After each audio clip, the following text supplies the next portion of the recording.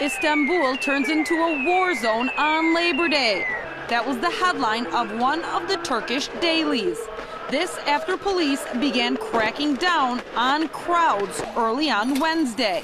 They used water cannons and tear gas to keep trade union activists, members of political parties, and others away from Taksim Square, which is a famous spot for May Day demonstrations. Bugün burada oldu. Sadece hepinizin gördüğü gibi bu alanda. Today there was oppression, the same scenario that we saw in the Arab uprisings. We saw today in Turkey. We want to gather to remember the workers who died here in 1977. Erdogan did not allow us to gather. He fired tear gas at us.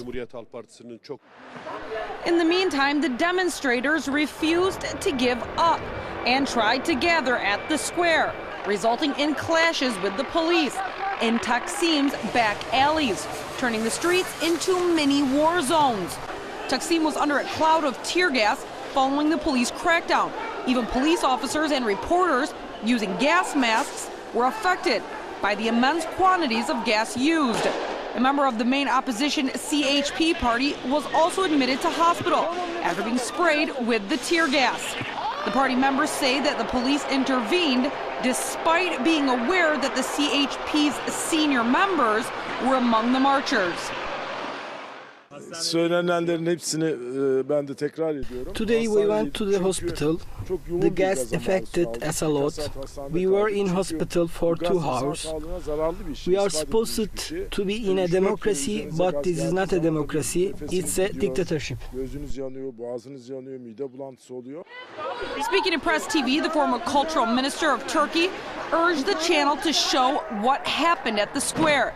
He said that there is too much pressure on local journalists to report the truth. The minister's comments come as Reporters Without Borders labeled Turkey the biggest prison for journalists around the world. This is Turkey's famous Taksim Square. On any given day, there are hundreds of thousands of people on the street. But today, as you can see, it's like a ghost town. And that is due to the police's brutal crackdown that happened just a bit earlier, which sent 3 protesters and a journalist to hospital. Serena Shim, Press TV, Istanbul.